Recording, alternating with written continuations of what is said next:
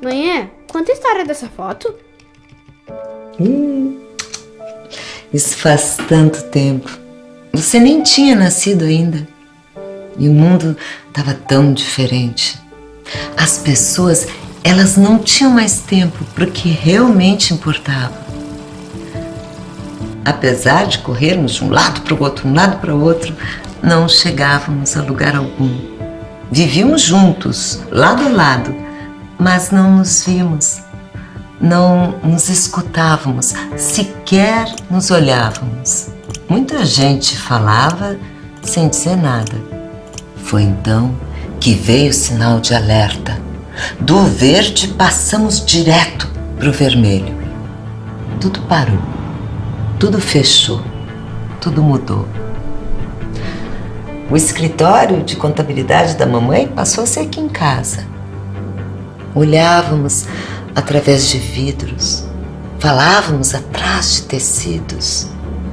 Num primeiro momento, nós não conseguimos entender o porquê.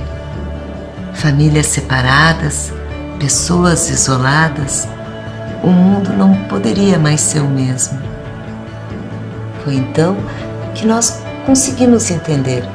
Ele não deveria mais ser o mesmo. Ele deveria ser melhor. E o sinal passou para amarelo. Amarelo de atenção, de cuidado. Cuidado com um sorriso, com carinho, com tempo juntos. A mãe se encontrou com as pessoas dessa foto num lugar muito especial. E com todo o cuidado que o momento exigia. Cuidado com a proteção, com a segurança e a responsabilidade. Outras pessoas também estavam juntas, mas à distância. Só que, diferente das outras vezes, apesar de não estarmos todos juntos no mesmo local, estávamos todos juntos no mesmo pensamento, no mesmo caminho. Caminho que alguns até tomaram para conhecer lugares encantadores, mágicos, apaixonantes. Sim, éramos todos apaixonados. Não, somos todos apaixonados. Apaixonados pelo conhecimento, pelo novo, pela inovação. A mãe tem muito orgulho dessa foto. Nós acreditamos que era possível e fizemos com essência, com verdade. Não um novo normal, como se dizia, mas um mundo realmente novo. Um mundo de realização, de esperança. Um mundo que precisa contar com a gente. Um mundo feito para pessoas como você. Meu amor.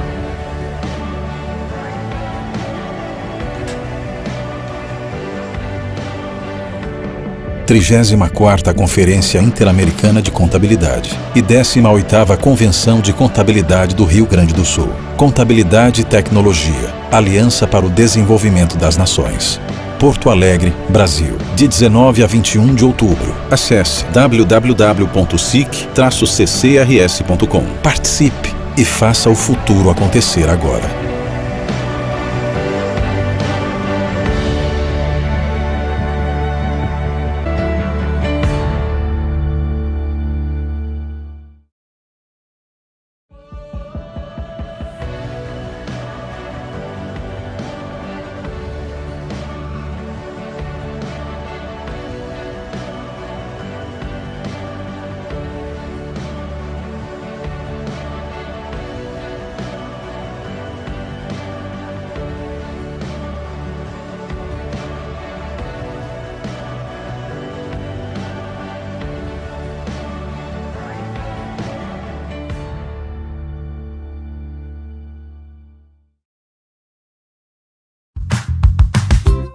Atenção, não perca esta oportunidade. Os profissionais que atuam na área contábil e ainda não estão cadastrados bem como aqueles que possuem empresas com atividades da área, têm a oportunidade de regularizar a situação no CRC-RS. Nosso objetivo é disponibilizar condições únicas para que o profissional se autorregularize, ficando assim habilitados, evitando autuações.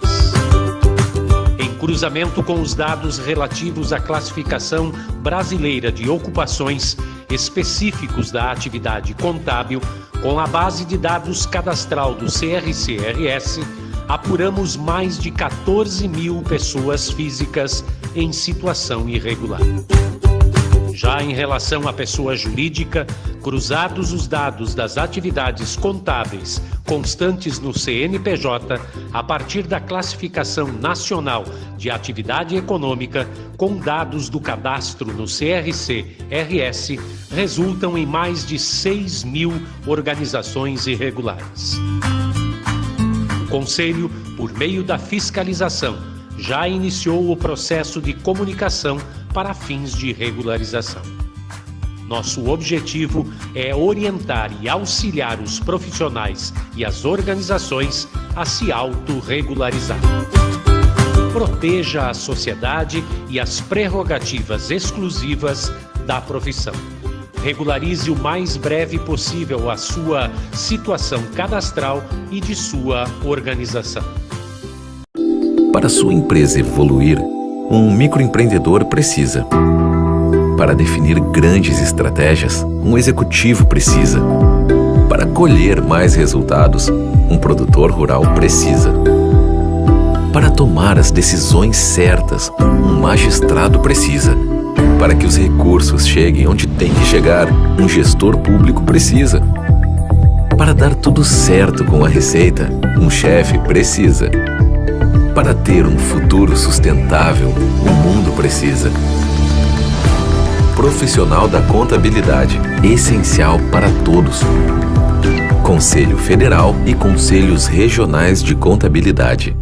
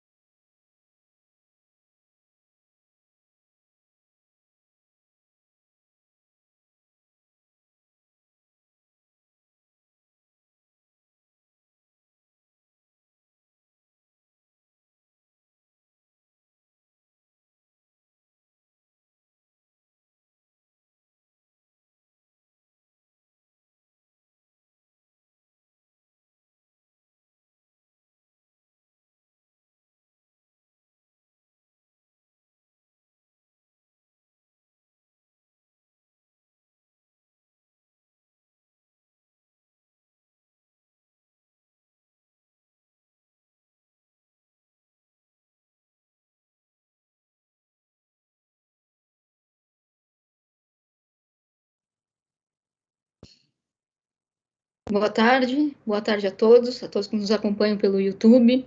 Então, vamos dar início ao evento Adaptações e Benefícios da Governança para Diferentes Tipos de Organizações, organizado pela Comissão de Governança e Compliance do Conselho Regional de Contabilidade do Rio Grande do Sul. E já aproveito para saudar os meus colegas de comissão, o Sérgio Fioravante, coordenador, a Neuza Monser, que contribuiu muito na organização desse evento, Denis Carraro, o Clóvis Kronbauer, a Caroline Oliveira e o Carlos Schneider. Aliás, essa é uma comissão nova, ela foi criada em maio de 2020 pela presidente Ana Tércia, nesse mandato, e o CRC do Rio Grande do Sul é um dos poucos que tem uma comissão específica para tratar desse tema tão importante que é a governança corporativa e o compliance. E essa justamente é a razão de estarmos aqui, termos esse espaço para debater esse tema. E nesse sentido, eu já gostaria de apresentar os nossos palestrantes, em primeiro lugar, agradecer a presença de cada um deles. É uma honra para a comissão ter pessoas do calibre de vocês.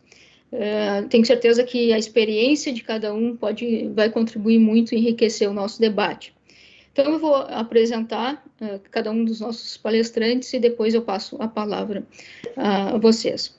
Então, nós temos aqui a presidente Ana Tércia Lopes Rodrigues, que é presidente dispensa apresentações, mas é a presidente do Conselho Regional de Contabilidade do Rio Grande do Sul, responsável por criar a Comissão de Governança e Compliance, também é professora da Faculdade de Ciências Econômicas do Rio Grande do Sul e há muitos anos também dedicada ao tema da governança corporativa. Também temos o Daniel Weiler, que é presidente do Instituto do Câncer Infantil, técnico em contabilidade, bacharel em ciências contábeis, pós-graduado em auditoria pela URGS, também com especialização em auditoria e mercado de capitais pelo Instituto de Finanças de Nova York. Também foi sócio de auditoria da Nardon Inase, ex-diretor de empresas tradicionais aqui do Rio Grande do Sul, como a Josapar, a Volpar, conselheiro de administração independente, certificado pelo BGC, também pela Fundação Dom Cabral, ele participou de mais de 10 conselhos de administração e conselhos consultivos. E também temos conosco o Jairo Gudes, que é professor de governança corporativa na Fundação Dom Cabral, conselheiro independente certificado e consultor de governança corporativa e também de famílias empresárias. E também posso dizer que praticamente o fundador da governança aqui no Brasil. Então, são 3 expoentes da governança no Rio Grande do Sul, e temos a honra de tê-los conosco debatendo esse tema que trazemos hoje. O título do nosso debate, como eu já tinha falado anteriormente, que é Adaptações e Benefícios da Governança para Diferentes Tipos de Organizações. Então, como Jensen Macklin, um dos autores pioneiros da governança, mencionam, né, que firma é um nexo de contratos, ou seja, de relações, e como toda relação existe conflitos, né, problemas que a gente chama de problemas de agência. Só que esses problemas, eles não são os mesmos para todas as organizações. Cada organização tem um problema diferente. Então, justamente esse sentido de trazermos esse debate hoje é para mostrar e para debater que cada organização tem problemas diferentes, conflitos diferentes, a gente tem stakeholders diferentes, né, partes interessadas diferentes, então nós precisamos de mecanismos de governança diferentes. E também falarmos dos benefícios que a governança traz. E, por outro lado, a governança corporativa, ela não é uma caixinha que nós trazemos para a empresa, implantamos e a partir daí temos governança do dia para a noite. Tudo demanda um processo às vezes que demanda muito tempo, muitos anos, né, de muitas adaptações, de mudança de cultura.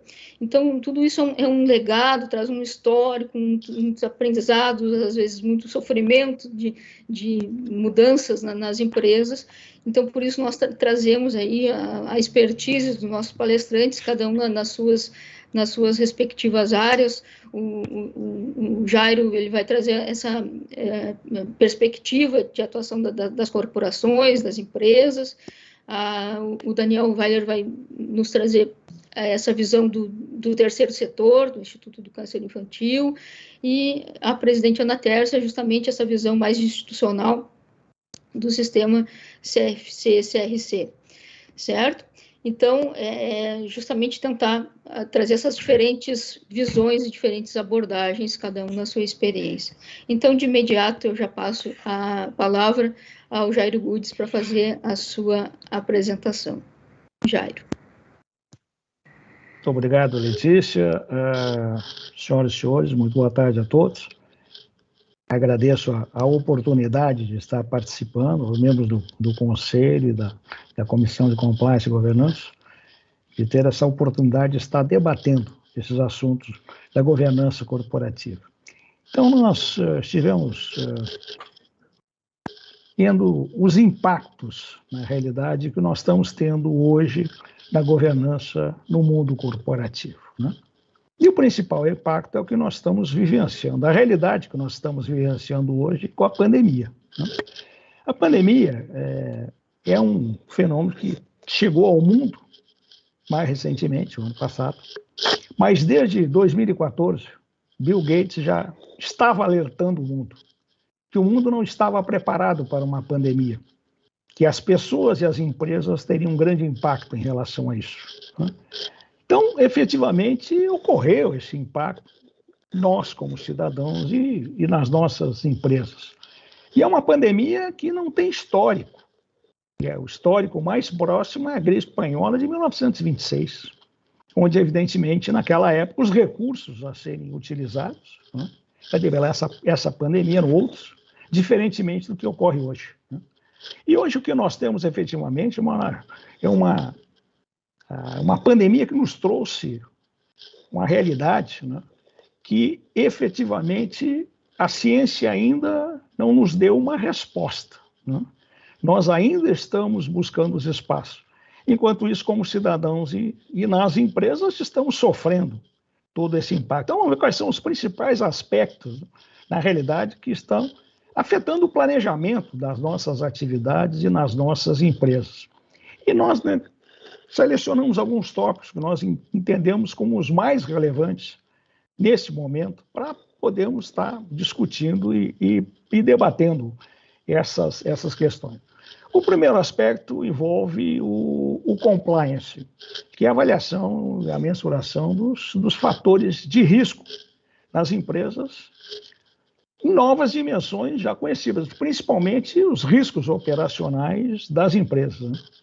E aí surge efetivamente o papel do principal fórum de tomada de decisão, que são os conselhos de administração nas empresas, que tem que fazer um monitoramento na gestão das operações, com diferentes perspectivas a serem alinhadas, tanto no modelo de negócio quanto no modelo de gestão. Porém, nós estamos com o timing aberto. O que significa? Qual é o curto, médio e longo prazo?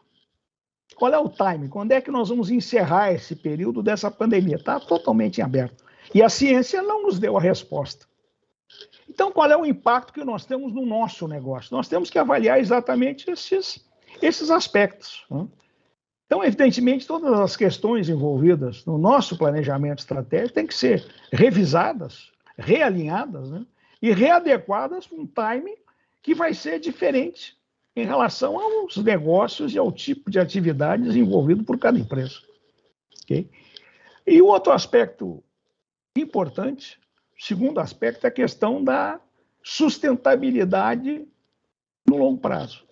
Apesar que a sustentabilidade é conhecido desde a institucionalização da governança corporativa, aí nós estamos falando, você citou lá que o embrião, né, Letícia, que é a teoria de agência do Beck Jansen, lá, que foi em 1976, né?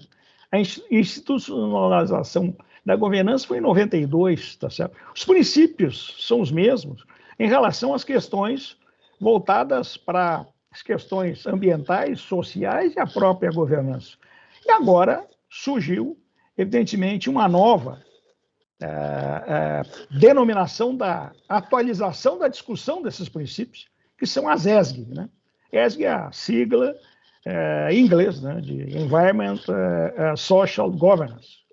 Agora, esse assunto da ESG, né, se me permite até colocar um ponto crítico, né, se os colegas Daniel, Anatés, própria Letícia, me corrigem por gentileza. Está sendo muito marqueteado para o meu gosto, né, porque ESG virou assunto do momento, né, e nós estamos, em função dessa chamada da ESG, olhando a parte ambiental, a diversidade, a própria governança, né, trazendo para os conselhos de administração pessoas que não têm nem formação nem competência, tá certo? Mas que estariam atendendo os princípios da ESG. Então, eu sou uma empresa que sigo a ESG porque o meu conselho tem diversidade. Olha, eu quero saber se as pessoas que estão... A diversidade é altamente estimulada, sem dúvida nenhuma, né? As questões sociais e ambientais também são responsabilidades do conselho. Vamos citar um exemplo clássico, uma tragédia ambiental no Brasil. Brumadinho. De quem é a responsabilidade na Vale? É da diretoria ou do conselho? Onde é que começa essa responsabilidade?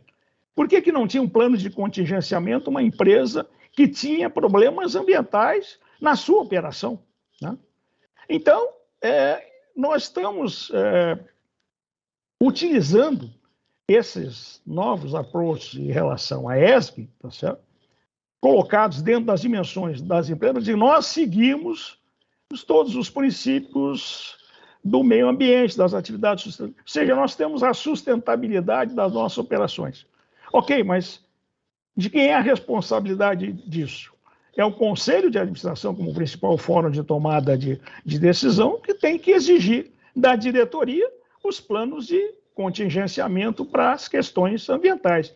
Porque, no exemplo que nós citamos e trouxemos, da Vale, né, não foi um acidente ambiental, foi um crime ambiental, né? Porque, no fundo, não tinha nenhum plano de contingenciamento. E aí, quem é o responsável? A diretoria ou o conselho? O conselho que não cobrou a diretoria do seu plano de contingenciamento. Então, nós temos que estar atentos a essas questões que estão envolvidas, que têm repercussões, sim, na vida das empresas.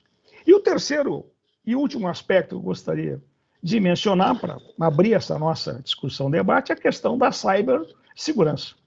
Porque as empresas atualmente, né, e temos vários exemplos quase que cotidianos acontecendo, a invasão de hackers, né, e até sequestro financeiro de banco de dados, né, para serem utilizados para extorquir as empresas, que também é um crime. Tá certo? Então, essa questão da cibersegurança, que é um outro tema que nós temos muito em discussão, né? Ontem não ficamos todos fora do ar com o WhatsApp, com todos os Face, etc. Mas houve até uma nota hoje do próprio CEO do Facebook, né, afirmando que, no caso deles, houve um problema técnico, não houve nenhuma invasão de hackers, etc. Mas as empresas têm sofrido isso. Agora, de quem é a responsabilidade da cibersegurança nas nossas empresas, nos nossos negócios? Começa pelo conselho.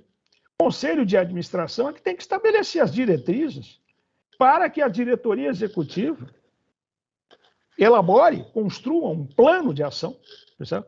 Para minimizar esses impactos, porque todos nós estamos sujeitos. Nós estamos vendo N situações e exemplos, aqui mesmo, em Porto Alegre, recentemente, laboratório Weiman, que é ligado ao FERI, Lojas Renner, todas essas grandes organizações foram invadidas. Então, nós temos que criar, efetivamente, tanto quanto possível, criar todos os planos de contingenciamento, e nós temos que ter isso claramente definido. E, através do Conselho de Administração, tendo esse papel para fazer o monitoramento dessas ações. Então, eu colocaria esses três aspectos que estão mais impactando as empresas atualmente para a gente poder abrir esse nosso debate. Porque, em síntese, a governança é o caminho, né, para para o equacionamento dessas importantes questões estratégicas e vitais para os nossos negócios. Basta agirmos, né? E colocarmos em prática todos os mecanismos que a governança oferece. Então, esses são os pontos iniciais que eu gostaria de colocar para a gente poder estabelecer essa nossa troca de ideias, esse debate. Letícia, devolvo a coordenação para você. Ótimo, Jairo, muito obrigada. Então, de imediato, eu gostaria de passar a palavra à presidente Ana Tércia, para nos trazer essa visão da governança pelo aspecto institucional, né, do sistema CFC-CRC, que a gente vê que necessita de uma adaptação, talvez, com um impacto maior da questão do compliance. Então, presidente, passo a palavra.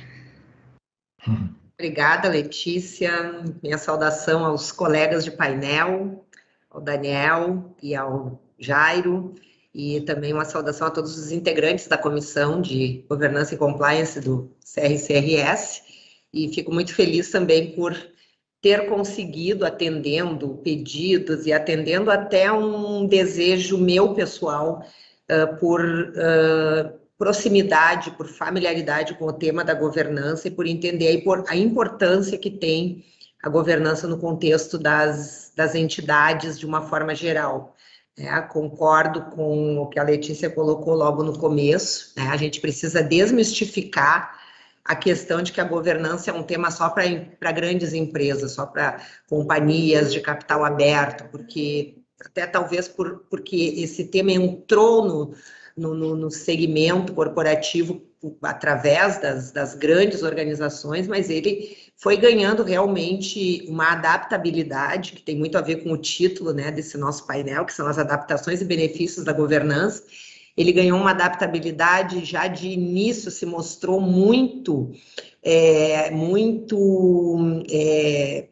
condicionado a resolver questões ligadas, por exemplo, às empresas familiares, né, que são empresas que têm peculiaridades e que se beneficiam muito da utilização, né, dos estudos e da implementação de uma boa estrutura de governança, mas obviamente que uma governança, e o fato de ser familiar não significa que seja pequena, porque grandes organizações do nosso país hoje são, né, organizações pelo menos iniciaram familiares até que chegassem nesse ponto de chegar no mercado de capitais e abrir, né, o seu capital. E até mesmo esse processo de IPOs, né, de abertura de capital das empresas, é algo que se mostra muito adaptável a uma estrutura de governança, desde que haja consciência por parte das pessoas, dos gestores, do quanto a empresa pode se beneficiar dos mecanismos de governança, né? Historicamente, muitas empresas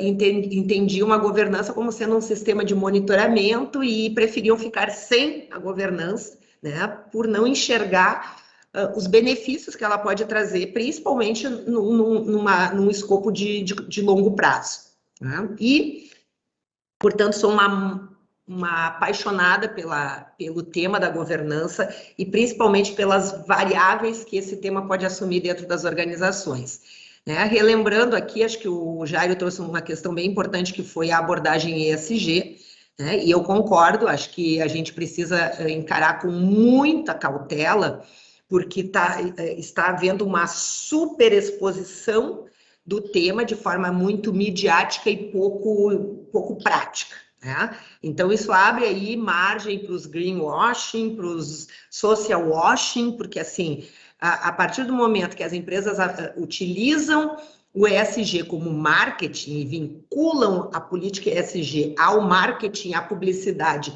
mais do que à gestão e à estratégia, a gente está diante de um grande problema, né? E aí se abre espaço para esses riscos enormes de a empresa ser desmascarada, né, por estar usando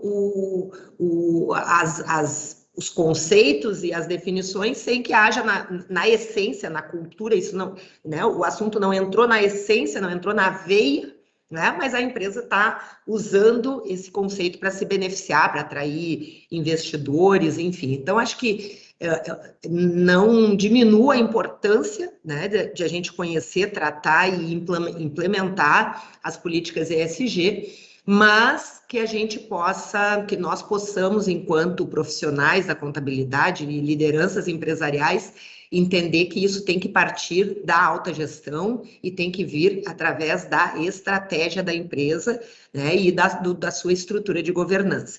Então, para falar um pouquinho da governança no âmbito do sistema CFC-CRCs, com essa palavra, né, com esse termo governança, não faz muito tempo que o sistema vem se adaptando, porque existem uma regulação toda, né, do TCU, que é quem nos regula no âmbito federal e quem monitora toda a nossa estrutura de governança. Mas, na verdade, já existia uma governança intrínseca dentro do sistema que vem da própria lei de regência, né? A lei que criou os conselhos, ela já traz em si uma estrutura de governança que trata da sucessão, que trata da composição, né? Quer dizer, nós somos uma profissão, e eu vi ali na leitura do currículo do Daniel já foi técnico em contabilidade.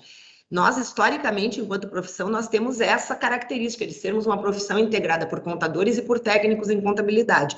E o sistema CFC-CRC contempla essas duas categorias. Eis que a nossa governança original, ela previa a composição, né, dos conselhos com 1/3 de técnicos em contabilidade e 2/3 de contadores, né? Isso foi se alternando ao longo do tempo, até porque lá em 1946, quando o sistema foi criado, o sistema CFC-CRCs, ainda havia uma maioria de técnicos, né, que inclusive na época foram provisionados a contadores, porque o curso de Ciências Contábeis só foi regulamentado em 1945 e os conselhos criados em 1946. Estou trazendo esses fatores históricos para que o público possa entender, porque a governança do conselho é pouco entendida. O sistema de escolha dos membros, a renovação, tudo isso é a nossa governança. E isso não veio agora por uma determinação do TCU, isso já existia, só que a gente não chamava, né? Nunca se chamou isso de governança, isso era um regimento interno, né? Os regramentos, mas esse conjunto de regramento que faz com que uma entidade surja, né, com que ela exista e com que ela se mantenha, permaneça no mercado, no ambiente onde ela foi originariamente estruturada por um longo tempo, isso tem a ver com uma boa governança, né? Então, o Conselho é uma entidade com 74 anos de existência, mas agora a gente sente necessidade de profissionalizar essa governança. Então, trazer esses conceitos para dentro de uma estrutura estratégica, né, e trabalhar isso com conceitos de logística sustentável, com conceitos de compliance, né, com monitoramento por indicadores. Então, eu quero mostrar rapidamente como nós estamos estruturados nesse sentido, preservando os 4 princípios da governança, que é a transparência, a equidade, a prestação de contas e a responsabilidade corporativa, né? E isso se dá sob vários aspectos, né? O Jairo, antes de entrar ali, de mostrar a nossa governança, eu quero discorrer ainda um pouquinho sobre essa parte mais até polêmica. O Jairo trouxe aí essa questão, né, do cuidado que se tem que ter, por exemplo, com a questão da diversidade, né, que pode ser explorada de uma forma talvez distorcida, né? Então esse é um cuidado que nós precisamos ter. Eu, por exemplo, sou uma pessoa que atuo muito no pró-diversidade, né? Entendo que as empresas ganham muito em ter uma multiplicidade de formações, de culturas, de todas as questões, né, que possam agregar valor à composição de um conselho e a um processo de tomada de decisão, né? Mas, obviamente, que isso tem que se dar dentro de critérios, dentro de parâmetros. Interessante que, historicamente, uma coisa que me incomoda muito na governança, principalmente das empresas públicas, é a forma como muitas vezes se dá a indicação dos conselheiros, né? Muito antes de se ter um processo seletivo mais rigoroso, é indicação, é ex-ministro, é ex-secretários, ex-governadores, que muitas vezes caem de paraquedas dentro de empresas onde eles não conhecem absolutamente nada do negócio ou do produto que aquela empresa trabalha, e estão ali por um nome, por terem uma, enfim, né, uma influência política ou empresarial, e aí acabam acontecendo situações como a compra de uma refinaria do Texas, né, que não valia nada por um valor absurdo, né? Acontecem acidentes como o Jairo colocou, Brumadinho, e aí eu quero dizer assim, ó, muitas vezes essas decisões são tomadas por grandes figurões, né, que ninguém questiona a meritocracia, né, e que estão lá ganhando poupudos valores, né, de remuneração para estarem ocupando vaga naqueles conselhos, e que muitas vezes vão para uma reunião sem ler um relatório, sem estudar a temática da pauta da reunião. Então, eu acho que é isso que a gente precisa mudar no nosso país, porque se a gente for mais seletivo na escolha das pessoas, tem espaço para todo mundo, né? A nossa composição, falar da nossa governança e, por exemplo, falar onde as decisões são tomadas no nosso conselho. Essas decisões são tomadas no âmbito do plenário. O nosso plenário hoje é composto por 27 conselheiros. Essa renovação ela se dá de forma parcial. A cada 2 anos renova 1/3 e 2/3 alternadamente, né?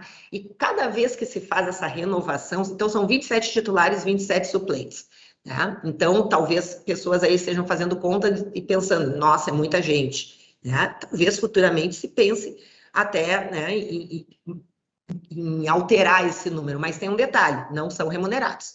Nenhum dos 27 titulares e suplentes tem remuneração para exercer a função. Então, isso torna a manutenção de um plenário para os conselhos é algo relativamente de baixo custo, né? Porque a única despesa que o conselho tem com esses conselheiros é, no caso de reuniões plenárias presenciais, que acontece uma vez no mês, pagar as despesas de deslocamento daqueles que vêm do interior. Então, se tem essa composição por regiões do estado, então a nossa diversidade se dá por atender as diferentes regiões do estado, por tentar atender os diferentes segmentos de atuação profissional, onde se tem aí os peritos, os auditores, os profissionais da área de custos, de controladoria, os empresários contábeis, área acadêmica, né? Então, área pública, então esses diferentes segmentos representados no plenário, né? Outra exigência da nossa legislação é que na composição das chapas para concorrer às eleições,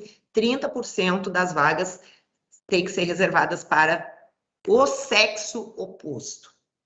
Tá? Então, quem achou que eu ia falar que é para mulheres, não. É para o sexo oposto. Isso para evitar que as mulheres que hoje já estão em maior número resolvam se unir, formar uma chapa, tomar conta dos conselhos e colocar os homens, né, para escanteio. Então, nem uma coisa nem outra, né? Mas, historicamente, a gente sabe, né, que por muitos e muitos anos esses plenários eram nichos, né, totalmente masculinos. Então, hoje tem que ter 30% do sexo oposto. Nem pode se formar uma composição só de homens, nem só de mulheres. Bom, então a nossa diversidade ela está nesse contexto. Agora, eu confesso para vocês que trabalho muito pela inclusão, pela diversidade também racial, né, porque ela está muito aquém do que a gente percebe de participação hoje, de composição de pessoas negras dentro da profissão contábil. Então, eu trabalho muito por essa diversidade, mas se faz isso também para respeitar e para não expor, né, que pessoas possam vir para ocupar uma vaga sem que tenham os requisitos. Tem se trabalhado muito com mentorias, com grupos de mulheres, com grupos de apoio, de formação, né? O IBGC, inclusive, acho que o Jairo atuou bastante tempo no IBGC, nós temos ali grupos de mulheres que se reúnem para formar esse apoio, preparar para fazer a prova da certificação do IBGC, né? Preparar em todos os sentidos daquilo que a gente entende que é necessário para o perfil de um bom conselheiro. Porque aí, com isso, a gente derruba esse discurso de que a pessoa está lá por cota ou porque tem uma definição legal, uma reserva de mercado. Ninguém quer estar hoje dentro de um conselho nessas condições, né? Mas a grande verdade é que, se não tiver, né, rodízio, vão ser sempre os mesmos, né? Então, acho que essa questão da renovação é extremamente importante. Então, vou passar rapidamente uma apresentação só para vocês terem uma visão, né, bem clara aí do nosso sistema, e depois já passo para o Daniel fazer a apresentação dele. Pode colocar aí, Evandro, por favor, a apresentação. Pode passar já a próxima tela. Pode passar a próxima tela. Acho que só fechar aí um áudio que está vazando.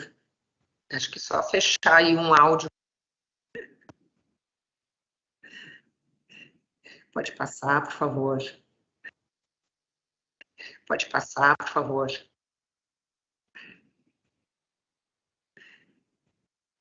Bom, então a nossa governança...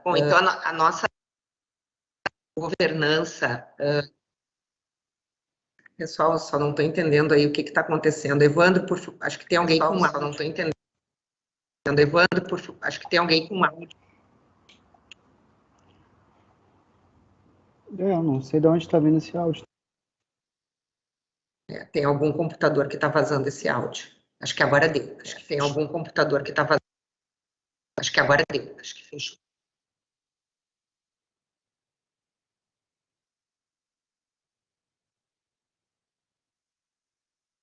Acho que posso continuar?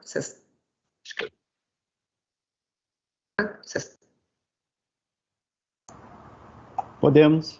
A gente tem alguma coisa estranha. Porque eu falo e tá dando eco, vocês estão vendo? Eu falo e tá dando...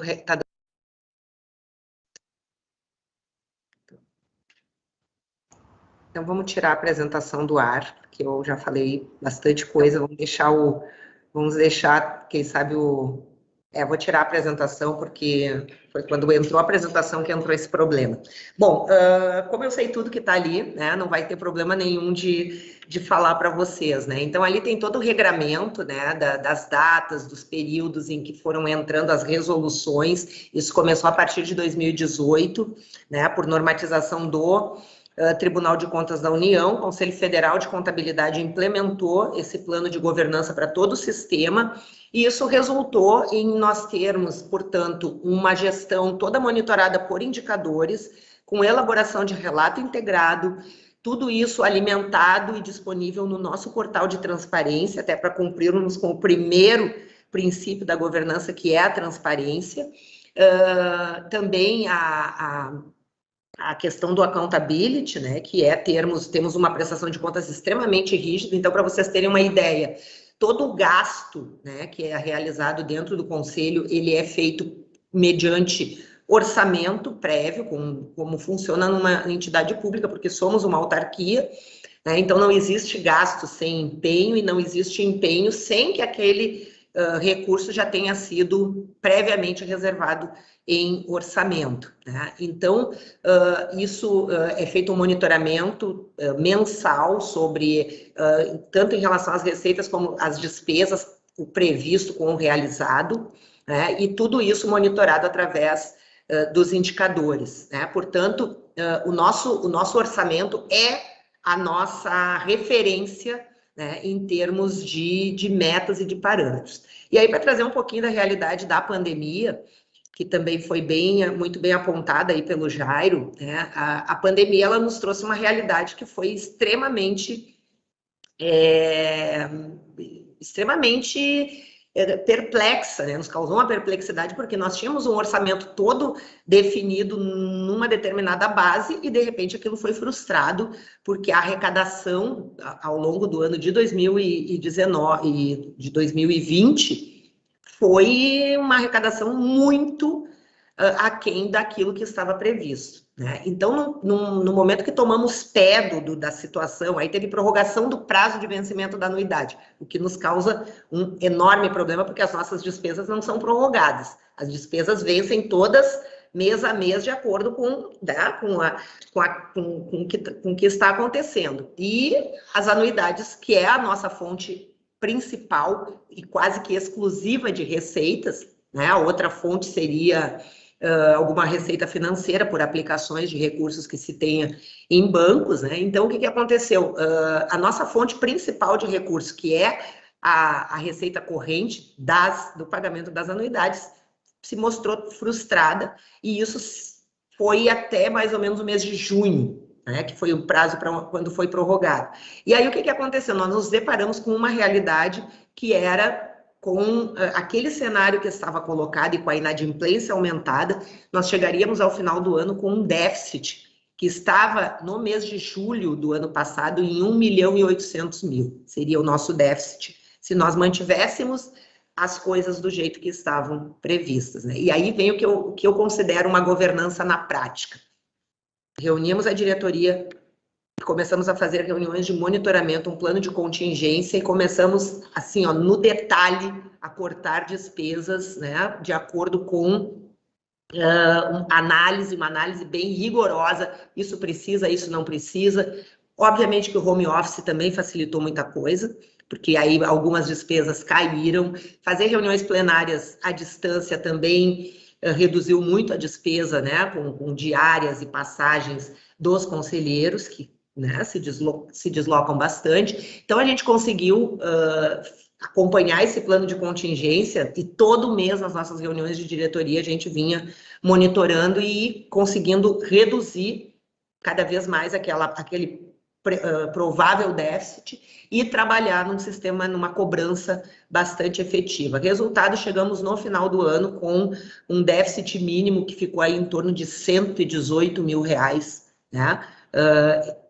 Cuja a previsão inicial seria de 1.800.000. Então, isso para mim é algo que eu trago para compartilhar com vocês, que foi uma das experiências mais ricas que eu vivi, né, nos meus quase 30 anos, aliás, esse ano fechei 30 anos de atividade profissional. Acho que foi uma das experiências mais ricas, né, foi ter acompanhado essa execução orçamentária e fazendo esse controle de despesas com todo o rigor, com toda a responsabilidade e, obviamente, colocando, né, essa gestão, né, de orçamento num patamar muito mais elevado, porque é aí que a gente vê, né, o quanto a crise nos traz oportunidades de criação, de desenvolver a nossa criatividade no sentido de enxergar coisas que no momento de fartura, de abundância, a gente talvez não conseguiria enxergar. E eu queria só também, rapidamente, só para tratar da questão dos riscos também, que o Jairo trouxe, que colocar assim, quais são os riscos que a gente procura sempre mapear e estar acompanhando. Um dos grandes riscos para os conselhos, para o sistema CFC-CRC num todo, é a desregulamentação, né? Esse ano mesmo estava em vigor uma PEC, a PEC 108, que previa, entre outras coisas, a desobrigatoriedade de um profissional se manter registrado em conselhos. Isso não só em relação ao Conselho de Contabilidade, como aos conselhos de uma forma geral. A PEC foi arquivada, saiu de cena, mas a todo momento tem algum deputado, né, que leva ideias, né, desse nível para dentro de um Congresso Nacional, e isso é uma ameaça à estrutura e à continuidade dos conselhos, como já aconteceu recentemente aí com o sistema sindical.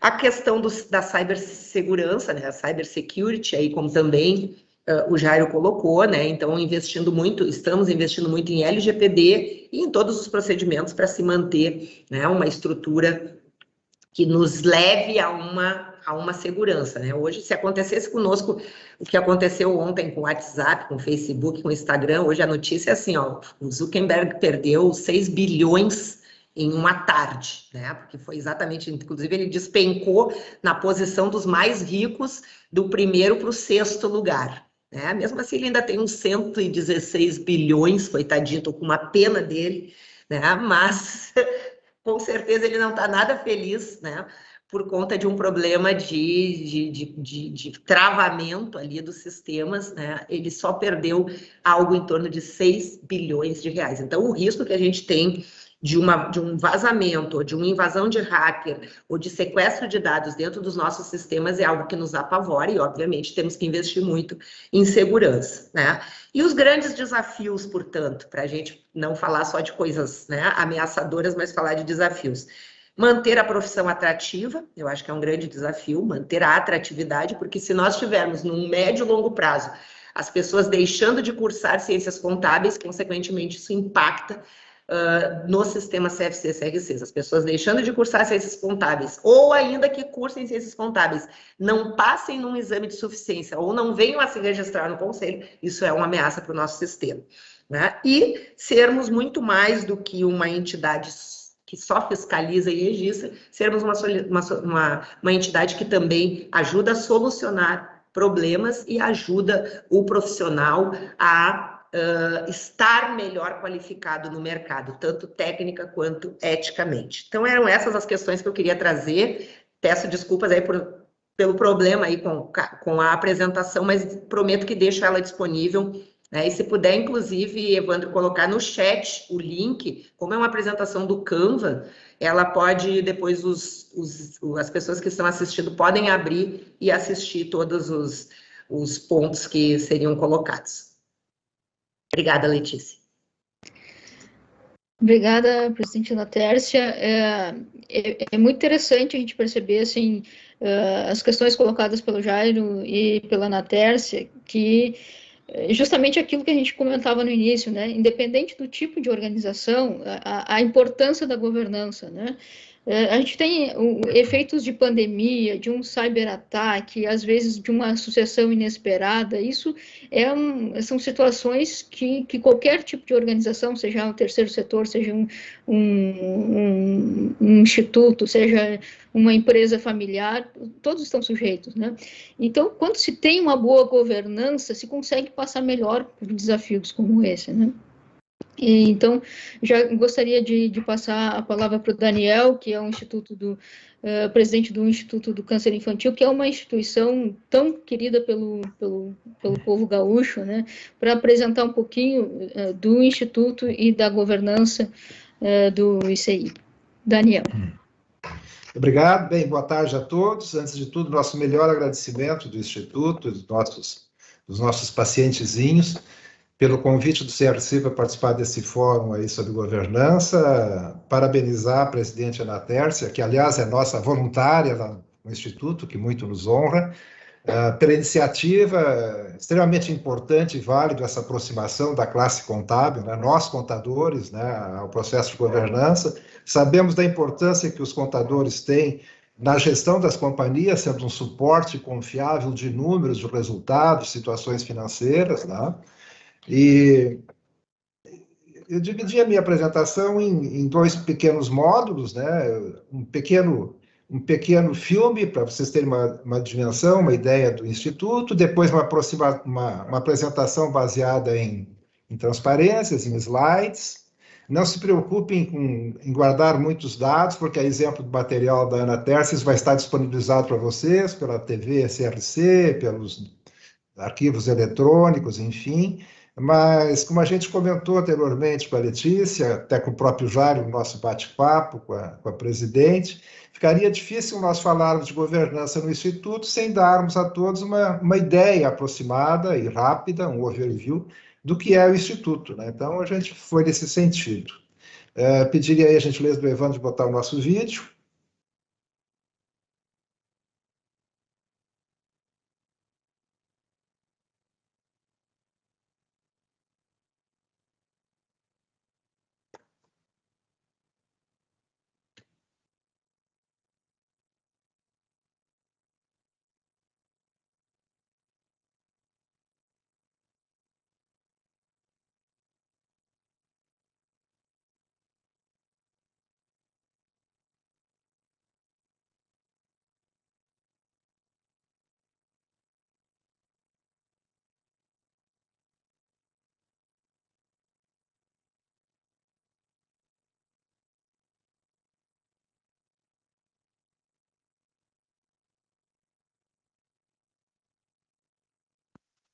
Se, se, Oi.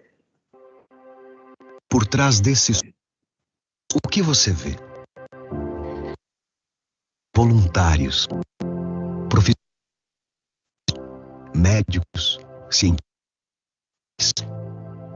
Por trás desse está o trabalho do Instituto do Câncer. Já são mais de 25 com grandes eventos que mobilizam os gaúchos. Mas mesmo assim, a gente ainda desconhece os outros que também oferece às famílias carinho e acolhimento.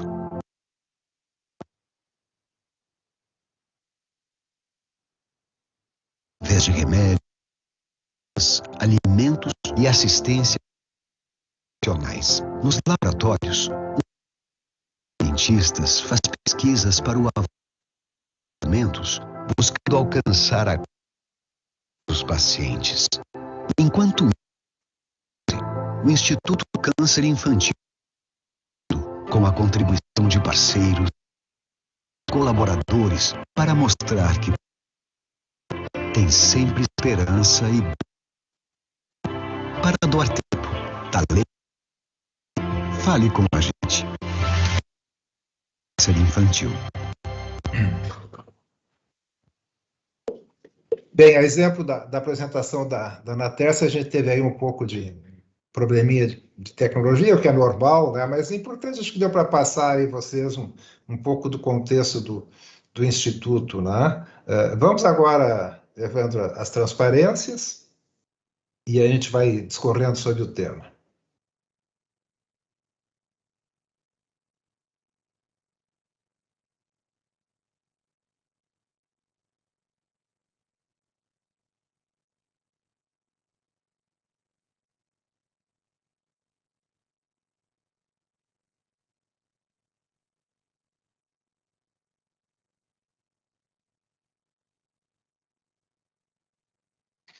Aparece para mim aqui um sinal de má qualidade da rede, não sei se é para mim ou a rede do Conselho.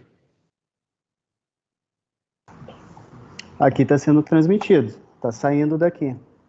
Tá. Eu acho que não, eu tô vendo, podemos ir adiante, então. Acho que o sinal é um falso positivo. Pode passar, Evandro, por gentileza.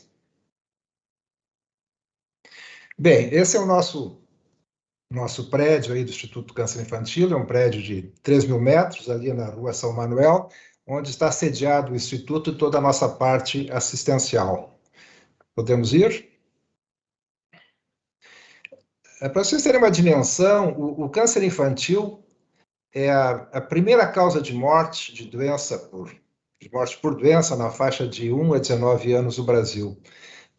Estão previstos aí, infelizmente, no próximo triênio, aí, alguma coisa como 8.500 novos casos. O Rio Grande do Sul, aproximadamente 450 novos casos. Como não é um número tão expressivo que seja economicamente viável para grandes empresas farmacêuticas de medicamentos, elas acabam não fazendo muita pesquisa em relação ao câncer infantil, o que nos leva, então, a instituições privadas e ONGs como nós desenvolvermos pesquisas. O Jair estava trazendo também mesmo a dedicação de um instituto que ele participa lá no Nordeste, então a iniciativa privada e as ONGs estão tomando à frente essas iniciativas significativas, né? Podemos passar? Bem, esse é o nosso mapa estratégico que nós temos. Nosso propósito é salvar vidas. Missão: aumentar os índices de cura e melhorar a qualidade de vida dos pacientes e de seus familiares. Visão: ser referência em assistência, pesquisa científica e ensino em oncologia pediátrica. Isso é o que o Instituto se dispõe a fazer. Para isso, nós trabalhamos em 5 temas estratégicos: gerar conhecimento científico e especialidade, propor políticas públicas específicas para a oncologia pediátrica, cuidado centralizado do paciente e da sua família, e propor um programa de assistência integral em rede no estado do Rio Grande do Sul. E o quinto princípio, tão importante quanto os demais, é a sustentabilidade econômica financeira, né? E a exemplo do que comentavam tanto o Jairo quanto a presidente, o Instituto também teve lá seus cuidados, e discutimos muito a nível de diretoria e de conselho, como seriam os impactos da economia para nós, né? Felizmente, conseguimos passar bem, como a gente vai ver posteriormente. Vamos adiante? Essa é a linha do tempo do Instituto. Mais uma vez, não se preocupe em anotar coisas, em visualizar coisas. É importante pegar o conceito, que esse material vai ficar todo ele disponível, né? Na linha do tempo, destacaria alguns pontos. Primeiro, em 1991, foi o surgimento do Instituto do Câncer, quando o Dr. Bruneto e o jornalista Lauro Quadros e outros parceiros iniciaram o Instituto do Câncer.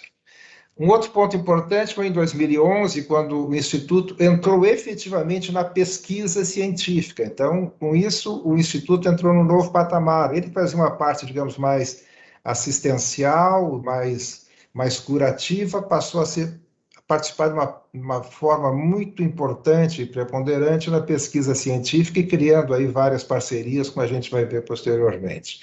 E aqui em 2015 nós concluímos a construção da nossa sede, que eu já mencionei anteriormente, lá na São Manuel. Adiante. Aqui, então, novamente, os nossos principais eixos, pilares de atuação: assistência a pacientes, apoio social às famílias, a pesquisa científica com geração de conhecimento científico, políticas públicas do câncer infanto-juvenil, como nós vamos ver, tem sido muito importante, e a casa de acolhimento do ICI. Adiante. Esses gráficos aqui são muito interessantes, assim, a gente entende como muito pedagógico esse processo. Aqui nesse gráfico da direita, está mais colorido, nós temos a possibilidade de cura, em termos médios, nos países de baixa e média renda. Então, a gente vê situações assim, e aí estamos falando de países mais pobres, mas isso impacta um pouco no Brasil, né? Um grande percentual sem diagnóstico técnico adequado. Apenas um comentário: no Brasil, os cursos de medicina não têm nenhum curso de oncologia pediátrica. Então, isso é uma reivindicação também do Instituto, que passe a ter uma matéria de oncologia pediátrica, para propiciar um conhecimento mínimo necessário, né? Temos muitos casos sem tratamento, temos muita situação de abandono nas populações mais pobres, há uma dificuldade dos pais de acompanharem seus filhos, né, para tratamentos familiares. Temos morte tóxica, temos recaída, temos cura. Percentual de cura aqui, estamos de 30%. Já nos países de primeiro mundo, nós temos aí uma possibilidade de cura em torno de 80%, 85%, né? Pouca recaída, né? E o nosso desafio no Instituto e outras ONGs, outras instituições que se dedicam a isso, é puxar cada vez mais o gráfico brasileiro para o lado aqui dos países de alta renda, os países desenvolvidos, né? E aí vem todo um esforço estrutural nesse sentido, a própria participação do governo, etc. Podemos ir adiante? Aqui alguns indicadores para vocês do ano de 2020, né? Nós fizemos aí 13 mil atendimentos, atendemos 386 pacientes, dos quais 67 pacientes eram novos, os demais são pacientes já recorrentes. O Instituto atendeu na sua história alguma coisa com 3 mil pacientes aproximadamente. Aqui estão todos os serviços prestados, né, pelo Instituto aos seus pacientes e às famílias, e o grosso desses serviços são prestados pelos nossos valorosos voluntários, o pessoal do nosso voluntariado, que é um eixo fundamental do Instituto. O Instituto não existiria praticamente sem os nossos voluntários. Podemos ir adiante? Aqui, gerar conhecimento científico e especialidade, lembrando lá de 2011, que nós iniciamos na pesquisa. Temos realizado pesquisas aqui em epidemiologia, pesquisa celular e molecular, pesquisa clínica, pesquisa em bioinformática, e nós temos uma parceria e trocas de ideias, de pesquisas, de protocolos, de estudos, de testes, enfim, com 59 instituições, das quais 44 no Brasil e as demais 15 aqui na América como um todo. Temos orgulho até de ter parceiros nos Estados Unidos, no Canadá, na Inglaterra.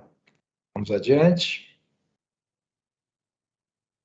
Aqui podemos passar, apenas citar aqui o índice de cura atual no centro de referência, como nós vimos no gráfico anterior, 70% a 80%, e aqui os pontos que são fundamentais para trazer esses percentuais de cura para esses patamares, né? Tratamento adequado, assistência multiprofissional, qualificação dos profissionais, evolução dos protocolos clínicos, grupos cooperativos, equipamento de alta tecnologia, medicamentos mais eficientes. Esses processos, então, interagindo, conseguem levantar significativamente esse patamar de cura para 70% a 80% idealizados. Passamos. Aqui o número de participantes por pesquisa, nós temos aí um total de 3.821 participantes nos diversos tipos de cânceres, né?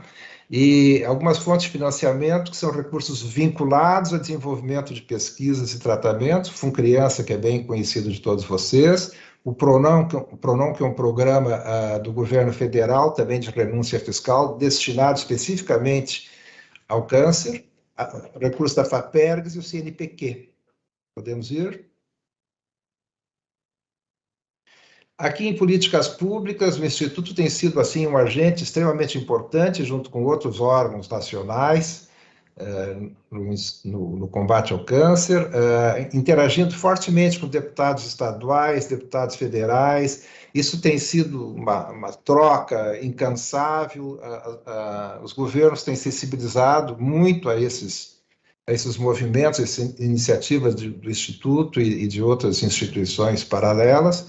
Aqui nós temos algumas figuras públicas, políticas bem conhecidas por todos nós. Então, isso é um trabalho muito gratificante que o Instituto está fazendo e os retornos estão sendo obtidos, né? Podemos passar? Também? Passamos? Pode passar. Bem, outra atuação muito importante do Instituto é uma qualificação do que a gente chama de rede no Estado, né? É fomentar a pesquisa, o desenvolvimento, o ensino, a especialização, a troca de ideias, propiciar a segunda opinião para outros hospitais, que são muitos hospitais regionais, né? Em que aí possa haver dessa troca também uma maior eficiência no combate ao câncer e na elevação daquele percentual de cura. A primeira parceria foi com o Hospital de Clínicas de Porto Alegre, né? muito ligado ao Instituto lá atrás, foi em 95, são 27 leitos. Depois nós construímos a Casa de Apoio, no próprio Hospital de Clínicas, 54 leitos. Grupo Hospitalar Conceição, 12 leitos. O Hospital São Vicente de Paulo de Passo Fundo é um hospital com característica regional muito significativa naquela região, ao norte do estado, 8 leitos. O Hospital Geral de Caxias, também 5 leitos, também um hospital regional muito atuante. E a Santa Casa de Misericórdia, agora, recentemente, no ano passado, com 21 leitos. Podemos passar?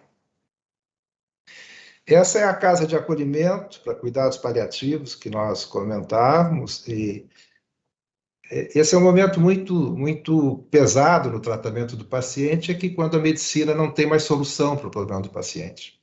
Então, essa casa visa dar mais conforto e mais dignidade aos pacientes e aos seus familiares. Então, essa casa é nesse sentido, dos cuidados muito especiais, e aí também nós vamos estar contando com nossos valorosos voluntários. Vamos adiante? Recursos humanos e voluntariado.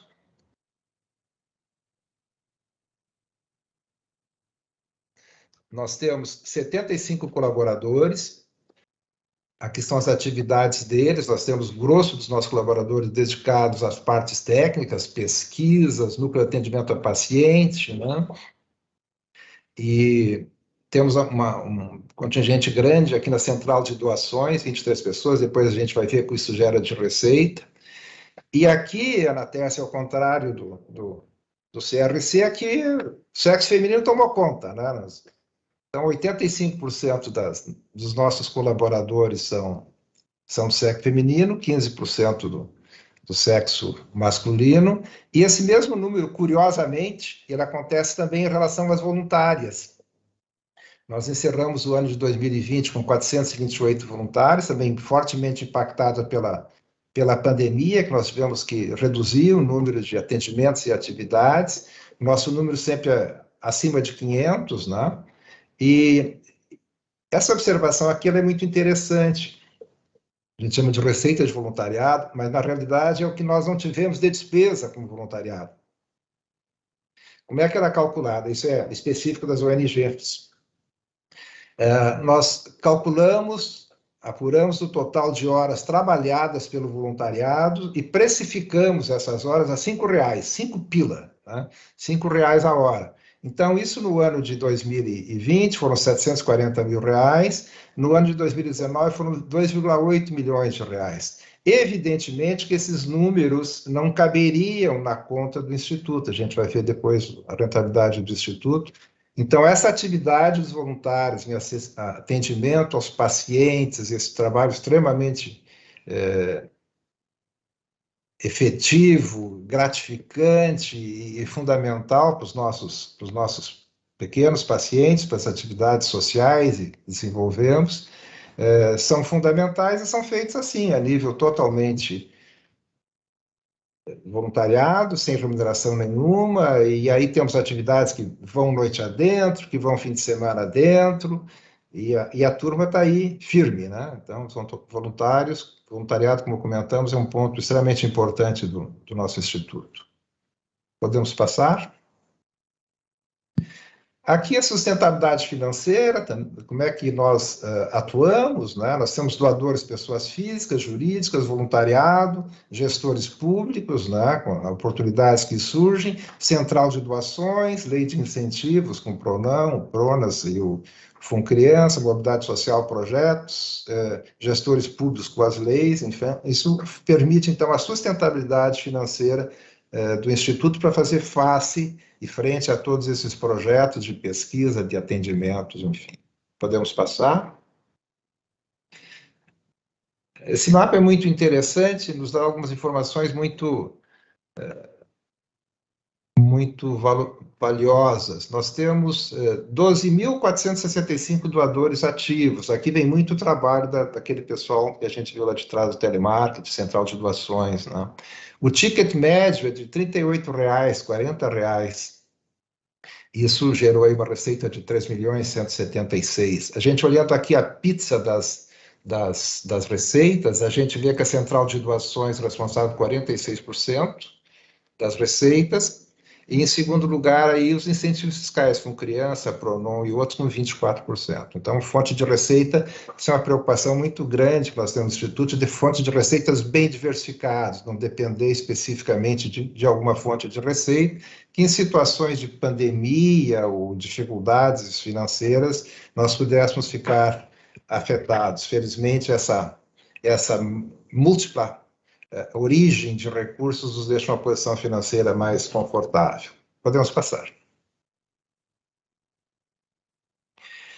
Aqui é a parte institucional, né? O Instituto tem uma parte institucional, ele é muito divulgado, ele é muito conhecido, é fundamental que seja para que ele possa atender a sua causa, né? E ter as relações que tem com instituições e penetrações no interior, enfim, né? Então, nosso portal tem 72 mil visitantes por ano, nosso Facebook aí 112 mil, Instagram 20 mil. Tivemos aí no ano de 2020 80 entrevistas concedidas e 331 inserções na mídia. Depois a gente vai falar um pouquinho mais sobre isso. Vamos adiante. Nós temos os nossos apoiadores, né, e os nossos empreendedores sociais. Aqui os apoiadores são empresas que fazem um contrato, um acordo operacional com o Instituto e destinam ao Instituto um valor X por cada unidade de produto que sejam vendidos, e o processo semelhante ocorre aqui nos empreendedores sociais.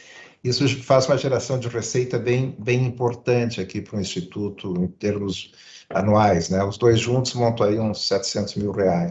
Vamos adiante. Essa estrutura organizacional, né, do Instituto, Assembleia Geral, Conselho de Administração, Conselho Fiscal e Diretoria, todos são órgãos pro bono, sem nenhum tipo de remuneração. Nós temos auditoria externa. Depois nós temos aqui executivos, um superintendente, uma gerência de pesquisa científica e toda a parte médica e técnica, e uma gerência institucional / administrativo financeiro. Aqui nós temos também uma mulher, Valéria, que manda em todos nós. Então, embora ela esteja em número menor, ela acaba mandando que todos nós que compomos essa estrutura aí. Vamos adiante. Essa é a nossa governança, né? Nós temos, então, a Assembleia Geral.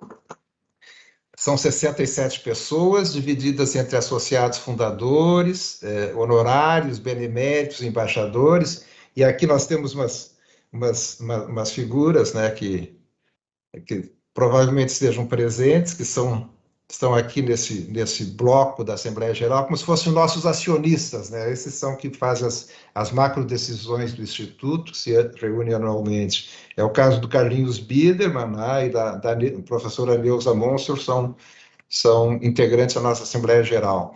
Nós temos aqui 30% de mulheres, né? Então, prazo indeterminado, fazendo a analogia como se fossem nossos acionistas, e reuniões anuais. Nós temos um conselho de administração, são 10 pessoas, 40% são mulheres, o mandato é de 4 anos, se permite uma reeleição e as reuniões são trimestrais. Temos um conselho fiscal, o Lewandowski provavelmente esteja nos assistindo, colega contador, faz parte do conselho fiscal. Nós temos 4 conselheiros, uma mulher, 25%, também mandato de 4 anos, uma reeleição, e reuniões trimestrais, e o Conselho Fiscal religiosamente se reúne trimestralmente e nos traz muitas oportunidades de melhoria como um todo, no ambiente de controles internos, enfim. Diretoria, nós somos 3 diretores, uma mulher, então 33%, são 4 anos também de mandato, uma reeleição, e nossas reuniões são mensais. Auditoria externa, nós passamos a adotar uma prática de auditoria por 4 anos e também sem nenhuma renovação de contrato para permitir uma oxigenação, né, que nós achamos bem salutar. Vamos adiante. Aqui as demonstrações financeiras, quer dizer, seria um sacrilégio nós fazermos a reunião de contadores e não trazer aqui as nossas demonstrações financeiras, né? Seria quase que um crime de lesa pátria, né? Eu vou destacar apenas alguns valores aqui. Nós temos um caixa que nos deixa tranquilos em relação à nossa sustentabilidade, aí um caixa em 6,5 milhões de reais. O nosso imobilizado aqui é na faixa de 11 milhões de reais, a gente não tem outros ativos praticamente. Podemos passar. Balanço patrimonial aqui, esse recurso maior da subvenção do PRONON, isso é apenas uma questão de prestação de contas, depois ele não é uma obrigação pagável, ele vira prestação de contas e aí muda de grupo. O nosso patrimônio líquido bem robusto, 16 milhões, quer dizer, ainda com ganho sobre 2019. Vamos adiante. Demonstração de resultados. Aqui não se preocupem, eu não dei importância para a receita bruta, porque ela não tem muita representatividade, na medida em que nós temos essas receitas calculatórias, que a gente já comentou do voluntariado, né, que caiu de 2.800.000 para 740, e essa aqui são as receitas com publicidade, 9.111.000 caiu para 7.483. Viram lá atrás aquelas informações que a gente deu do número de entrevistas, de inserções? Aqui a gente calcula a centimetragem, né, e a minutagem de todas essas matérias e converte isso para reais a preços de mercado. Tá? Então, esses valores, eles entram aqui como receita, mas saem como despesa. Estão aqui e aqui. Então, todos esses blocos marcados aí em vermelho, eles não impactam no nosso resultado, só impactam lá no total de receitas e despesas, são neutros. A geração de resultado, no passado a gente gerou 1.063.000, esse ano 973.000.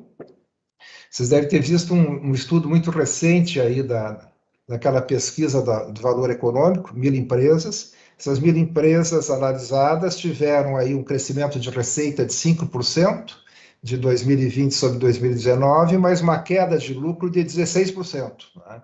E nós, no Instituto, perdemos 8% de rentabilidade, então a gente ficou aí bem alinhados, né? Praticamente metade da perda da média dessas companhias anteriormente referidas. Podemos ir adiante? Passamos? Pode passar. Aqui na parte de environment, quer dizer, eu particularmente, não significa que essa seja a visão do Instituto, eu, Daniel Weiner, tenho a mesma visão da Ana Tércia e do querido amigo Jairo sobre essa questão do ESG, né? Acho que virou aí um ponto mercadológico extremamente importante, atuante, né? E aí as coisas vão se consolidando nesse sentido. Então, muitas práticas que nós, conselheiros e as empresas já adotavam há muito tempo atrás, que estão há muito tempo, agora surgem com uma nova roupagem, enfim. Mas, mais uma vez, isso é uma visão minha, Daniel Weiler, não do CI, presidente do CI. Nós temos poucos impactos ambientais, né, mas temos lá uma política que nos leva a fazer coisas tratando de tampinhas plásticas, o que faz com isso, coleta, separação, vende, a coleta seletiva do lixo seco, a gente tem um convênio com o DMLU que retira, material reciclado, o lixo biológico, que para nós aqui decorre basicamente do odontologia, atendimento a paciente, tem um processo de descarte bem adequados, enfim. Então, a gente tem um cuidado, um olhar muito profundo e muito cuidadoso para isso. Vamos adiante. Órgãos fiscalizadores, nós felizmente somos extremamente fiscalizados, como nós recebemos recursos públicos, né, por renúncia fiscal, enfim, nós, além do Conselho Fiscal, além da auditoria externa, nós somos fiscalizados, temos fiscalização, todos os meses nós temos uma fiscalização lá dentro, né? Tem órgãos públicos municipais, pode passar, Evandro, órgãos públicos estaduais, órgãos públicos federais, certidão negativa, então é uma sucessão que não acaba mais, né? A turma está sempre tirando negativa lá. Pode ir adiante. E aqui um aspecto que nos honra muito no Instituto, né, e acho que vem a coroar esse esforço nosso de governança, né? Em 2020, o prêmio Melhores ONGs, né, que é do Instituto de Certificação do Ar, com convênio aí com a Ambev e com o suporte técnico da Fundação Getúlio Vargas, o Instituto do Câncer Infantil foi eleito a melhor ONG na categoria de saúde e a terceira ONG, né, na categoria geral, no geral, né? Para vocês terem uma ideia do que isso representa, a dimensão que isso representa, o Brasil possui hoje 8.000 ONGs. Se inscreveram para serem avaliadas 670, e nós tivemos a honra de ser aí a terceira no geral e a primeira na categoria de saúde. Em 2019, nós já ganhamos esse selo do ar, ganhamos o Prêmio de Responsabilidade Social da Assembleia, o Troféu Destaque. Em 2018, já ganhamos esse prêmio Melhores ONGs e ganhamos o Prêmio Enates de Boas Práticas de Gestão no Terceiro Setor. Nesses 29 anos do Instituto, a gente completa 30 aí na frente, agora em dezembro, nós recebemos 29 premiações. Então, a gente entende que isso é uma validação, um reconhecimento pela causa, pela gestão. Cabe destacar também que nesse prêmio aqui no Instituto do Ar, são 52 itens avaliados. Se assemelha um pouco ao PGQP, a quem já participou do PGQP, alguns protocolos são bem convergentes. Tá? Desses 52, 70% se referem à estratégia, governança e gestão. Tá? Então, é bem típico, bem centrado nisso, no tema que a gente está trazendo, né? Estratégia, governança e gestão. Então, pessoal, basicamente é isso que eu queria dividir com vocês. Mais uma vez, agradecer a oportunidade, nós estamos trazendo o Instituto aqui, participando aí de um fórum de debate tão rico como esse. O material está à disposição, Mas qualquer coisa, vocês podem também acionar lá pelo site do ICI, né? Tem aí nosso telefone, vai estar disponível. E a gente fica à disposição aí depois para troca de ideias aí no campo das perguntas. Obrigado a todos. Bom, obrigada, Daniel. Estamos chegando prazer. No finalzinho do nosso tempo. Eu acho que todas essas visões completam aí o nosso entendimento e o nosso debate. Eu sempre digo que o que a gente enxerga, assim, tanto em sala de aula como nas empresas, é que são diversas visões de governança, né? Desde lá de anos atrás, em que governança era um conceito, era uma questão muito abstrata, e a gente começou a ver com que as empresas realmente se preocupavam, e isso começou a se tornar um pouco mais concreta, e aí até gostaria de passar a gente está com o tempo um pouquinho estourado, mas acho que dá para a gente fazer um bate-bola nesse sentido. Desde aquele momento em que governança era uma questão muito concreta, uma questão muito conceitual, muito distante de uma realidade, e para hoje, para um momento em que a gente realmente tem necessidade de governança, em que a gente não tem mais como fugir disso, em que auditoria, gestão de risco, compliance é uma necessidade. Mas, ao mesmo tempo, a gente enxerga que algumas empresas veem isso como uma estrutura muito cara, como uma questão muito cara, e veem governança como governança para empresas de grande porte, só para SAs de capital aberto, e a gente que atua nesse segmento, a gente vê que não é isso, né? Que dependendo se eu tenho necessidade, se é uma empresa de capital aberto, realmente eu preciso de mecanismos para empresas de capital aberto. Mas se eu sou uma entidade do terceiro setor, se eu sou uma empresa familiar, eu vou demandar mecanismos de governança para esse segmento. Então, até eu gostaria de passar a palavra para o Jairo, né, para comentar essa questão, né, dessa virada de chave da questão conceitual para a questão da necessidade, né, e talvez dessa visão que algumas empresas têm dessa governança muito cara, né, que a gente vê que realmente o benefício é muito maior do que talvez o custo, né? Jairo. Obrigado, Letícia. A gente tem discutido, evidentemente, com os empresários e, vocês sabem, também atuando junto a famílias empresárias, né? E tem todas essas questões quanto ao dimensionamento, ao tamanho, né? E quando o pessoal olha a tradução literal de governança corporativa, que é do corporate governance, tá?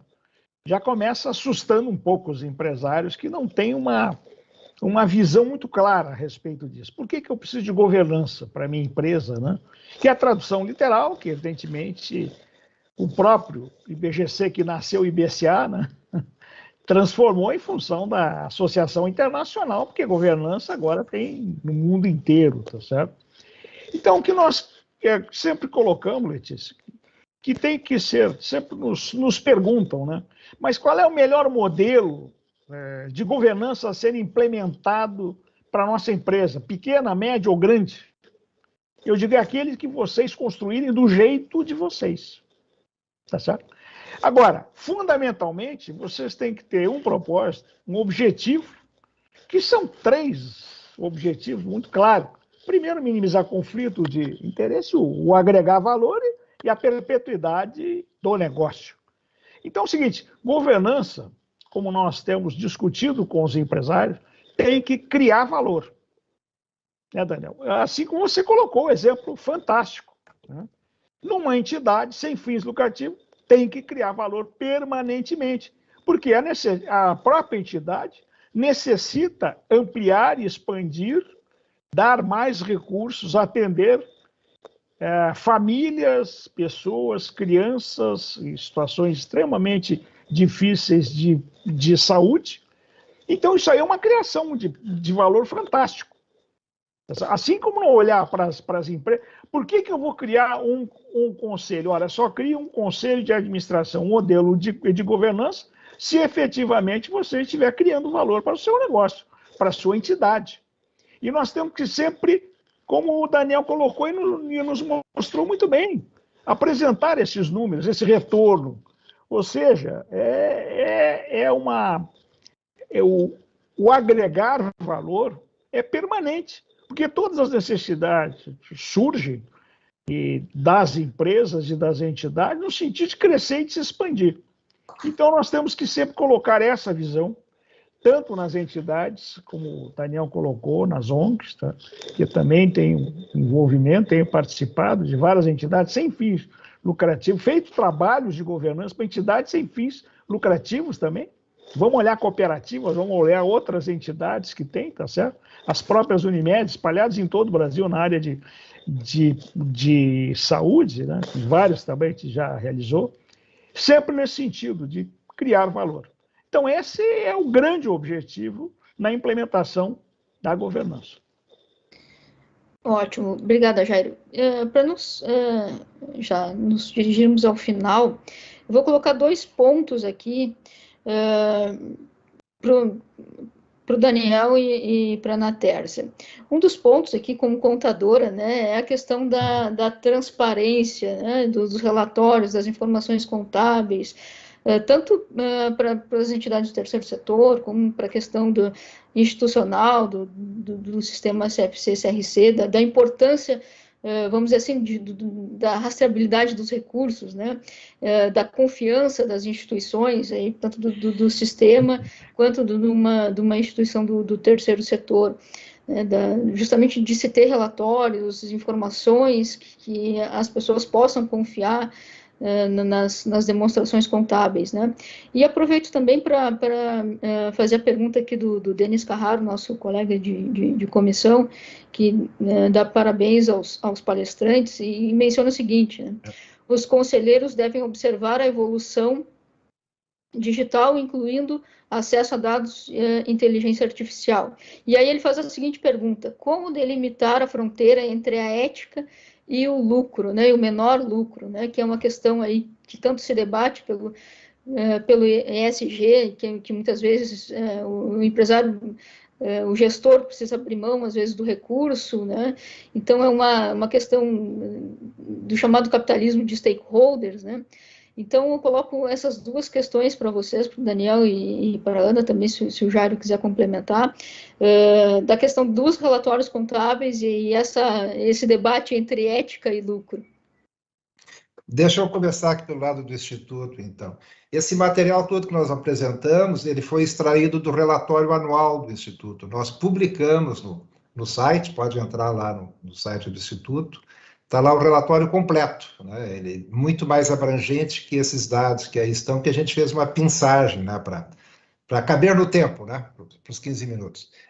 Mas é absolutamente transparente, estão lá o parecer dos auditores, está lá o parecer do Conselho Fiscal, todas as informações estão lá, extremamente disponíveis. Isso, como comentei, foi um dos pontos fortes na nossa premiação como primeira ONG em saúde e a terceira na atividade. A questão e agora falando um pouco fora de instituto, né, esse desafio deles é um desafio muito recorrente na vida dos empresários, né?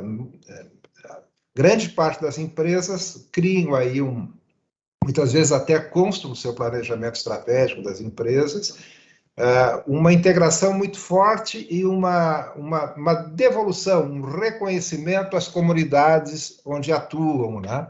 Então, muitas empresas têm programas sociais muito robustos, né? Cada vez mais os benefícios sociais, os benefícios assistenciais que as empresas trazem, como assistência médica, como auxílio educação, as empresas estão crescendo muito nesse sentido, né? E mais uma vez já faziam isso antes do ESG, né? Agora nós temos aliado a isso o modismo do ESG. E lembrando, acho que é um ponto muito importante, assim, 90% das empresas brasileiras são de família. A presidente Ana abordou esse tema.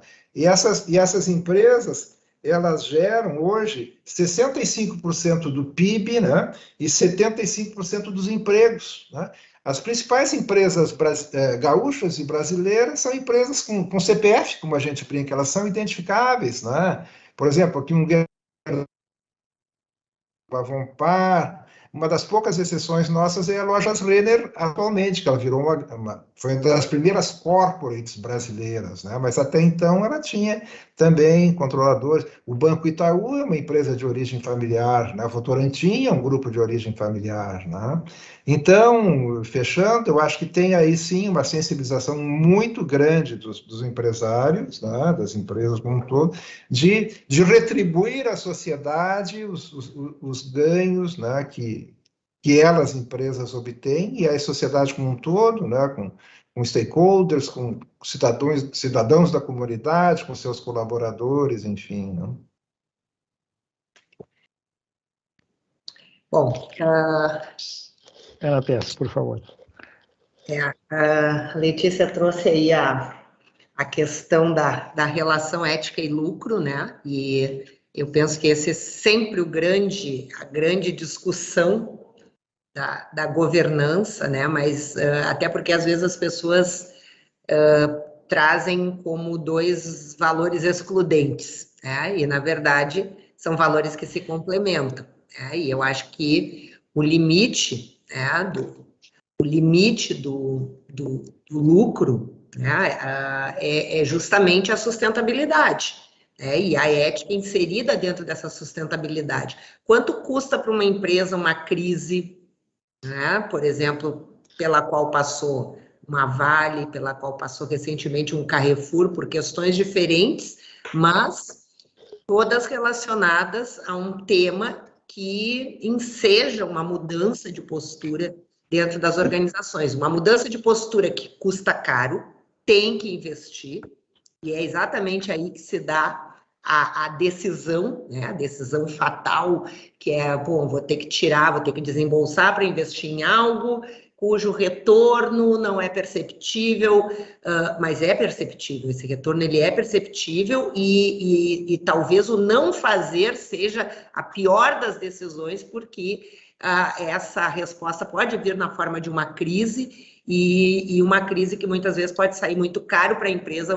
gerenciar essa crise, reparar os danos, né? No caso da Vale foi todo o reparo ambiental, indenização das famílias e mais algo que vai ficar tatuado ali na história da empresa para o resto da sua existência, né? No caso do Carrefour, foi uma vida que se perdeu, foi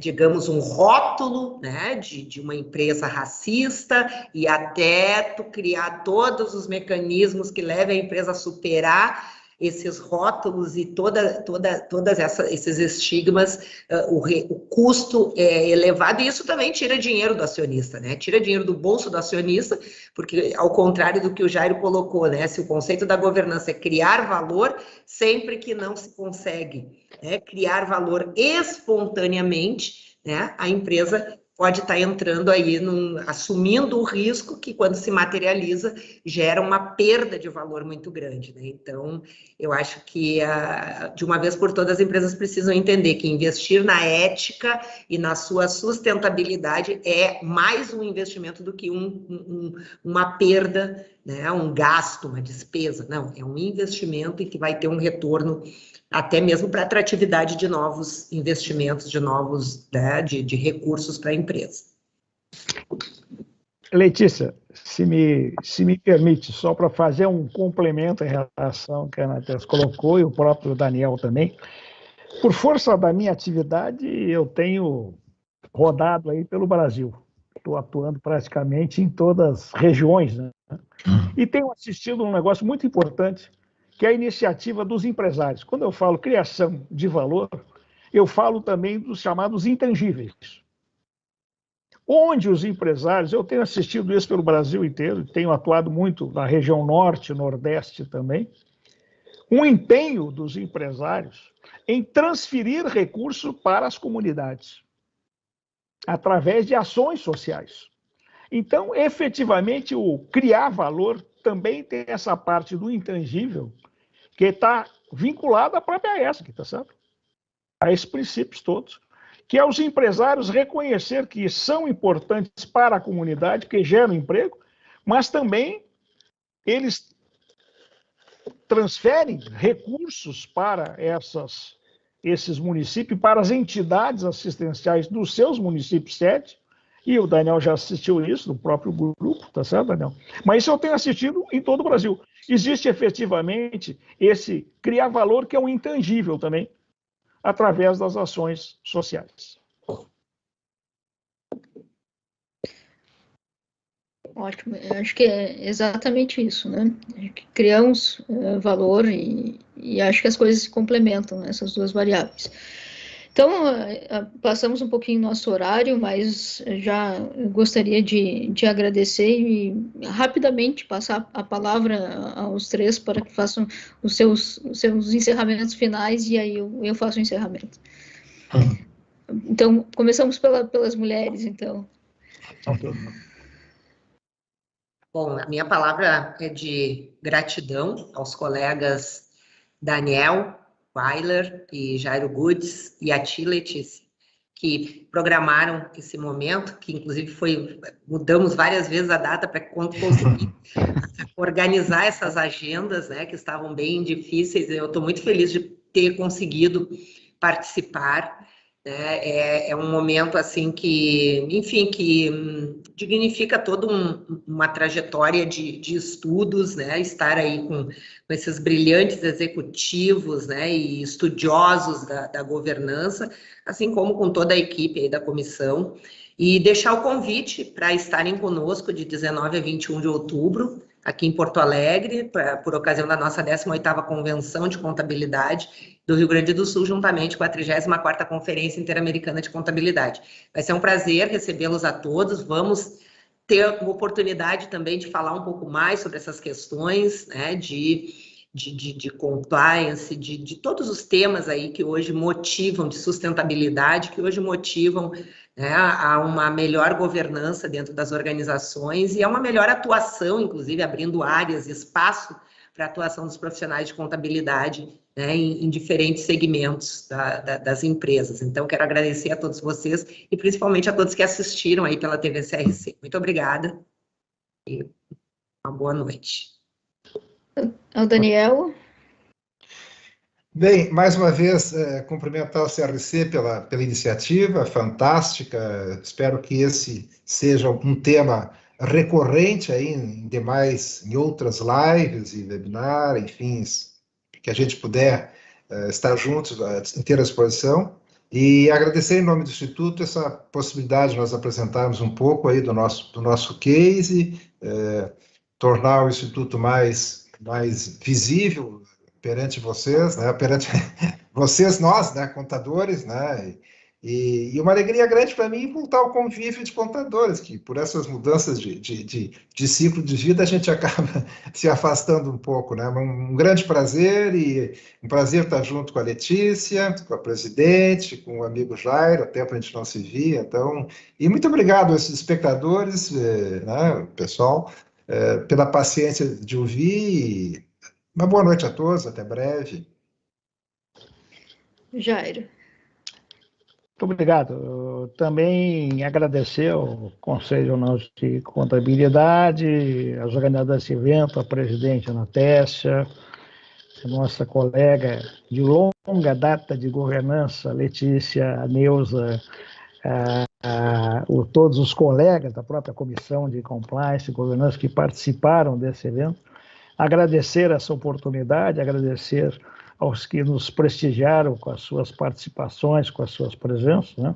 Que foi um grande prazer, estamos à inteira disposição do Conselho para outros eventos também, para a gente poder dar essa continuidade nesse debate desse tema. Agradeço muito mais uma vez pela oportunidade que vocês nos ofereceram. Muito obrigado a todos, uma boa noite. Bom, em nome da comissão, só tenho a agradecer, foi uma honra esse debate, trocar ideias, e foi extremamente enriquecedor contar com a presença de vocês. Agradeço ao Jairo, ao Daniel, à Ana Tércia, e também ao pessoal do suporte do CRC, ao Evandro, a Fernanda e a Nádia, que está sempre conosco. Também a todos que nos acompanharam até agora. Então, uma boa noite a todos e até o próximo evento. Também nos encontramos na convenção. Boa noite. Boa noite. Boa noite a todos. Boa noite a todos. Obrigado.